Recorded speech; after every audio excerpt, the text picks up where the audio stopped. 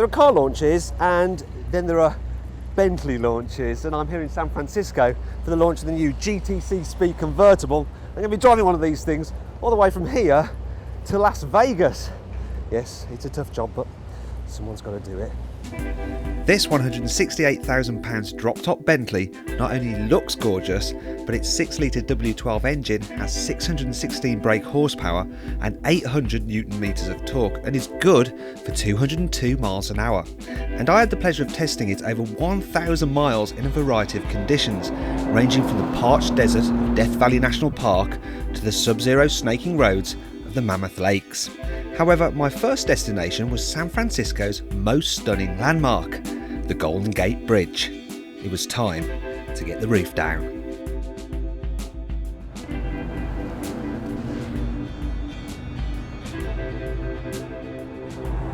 Well, I'll tell you what, this is a little bit of a treat, isn't it, you know?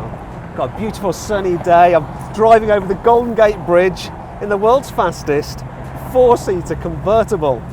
And that's the thing with this car, you see. Yes, it can do 202 miles an hour, but if you just want to cruise around at 30 miles an hour and take in the view, it's perfect for that too. Leaving San Francisco and the Golden Gate Bridge behind, I headed inland towards Sacramento. En route, I encountered some equally stunning, if not quite as famous, bridges. Yet despite having lowered and stiffer suspension than the normal GTC, in comfort mode, the speed model still glided over the expansion gaps just like a Bentley should. My next destination was Lake Tahoe, which is situated 1,900 metres above sea level. But when you have 800 Newton meters of twin-turbo 6-litre engine at your disposal, you don't really notice inclines, even in a car that weighs around 2.5 tonnes. Really, the appearance of pine trees was the only indication of the increasing altitude. Well, so far I've done about 200 miles though. If I'm honest, this car is so comfortable that it feels like I've only done 20, and I've arrived now at Lake Tahoe and it has some absolutely spectacular scenery. I mean, just check out that view. Right. That's enough of that, because I want to show you another view I've been enjoying today. Have a look inside the car. The Continental has a fabulous handcrafted interior, and with the roof down, everyone can see the exquisite attention to detail. The Speed model gets some unique interior trims to set it apart from the rest of the range, and because there's decent room in the back, 4 people can enjoy this luxury in total comfort. After Lake Tahoe, I headed down from the mountains and then back up some other mountains towards Mammoth Lakes. And as the sun started to drop in the sky, so did the temperature. It was time to put the Bentley's well-insulated roof back up as day one drew to a close.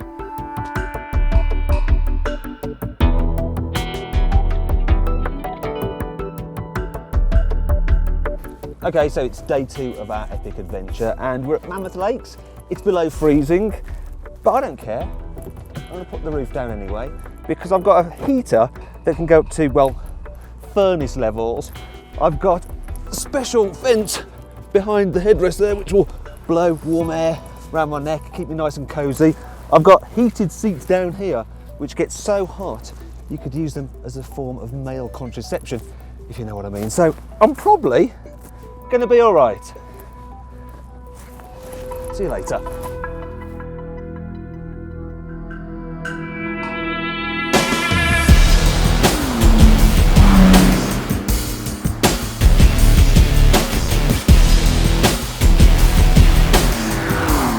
Well, we're out on some winding mountain roads now, and it's testament really to the car's capability that you kind of forget just how big and heavy it is, because it actually corners really well. We've got loads of grip from the 4-wheel drive system. The steering, it might not be the last word in feedback, but it points the car exactly where you want it to go, and quite frankly you can hammer along here at quite an alarming rate really. If I have one complaint, when you go over a bump, the steering wheel does wobble in your hand a little bit as the chassis flexes, and that's a problem you don't get on the coupe version of this car. But do you know what? That's a small price to pay for being able to take the roof down and, well, enjoy the fresh air. And being able to enjoy the fresh air also came in handy as we left the cool of the mountains behind and headed down into the Californian desert and its seemingly endless arrow straight roads. Eventually, I came to Death Valley National Park.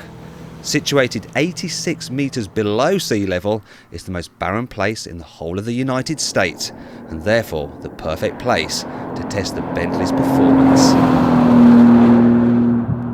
Obviously the key talking point on this car is its 202 miles an hour top speed, but there's some other performance stats you need to know about. For instance, 0 to 60, that takes just 4.1 seconds, but perhaps more impressive is 0 to 100 takes just 9.7 seconds. So in theory, if I was to stop and then floor it and count 1, 2, 3, 4, 5, 6, 7, 8, 9, 10, I would in theory be doing 100 miles an hour, but of course I wouldn't do that because that'd be very, very naughty.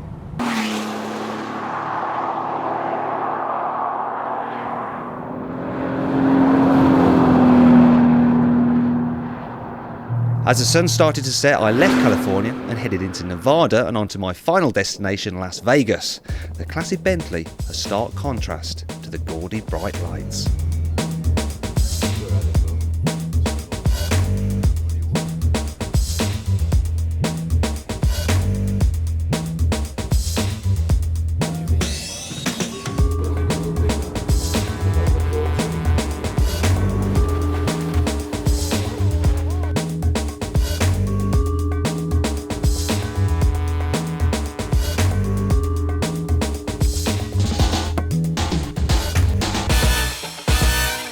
Well, I finally arrived here in Las Vegas, and what an epic journey, and what an epic car. Now, I'll admit it is rather expensive, but considering what you get, I think it's worth the money. All I've got to do now, though, is figure out where to get the 168 grand to pay for it. Now, there must be a casino around here somewhere.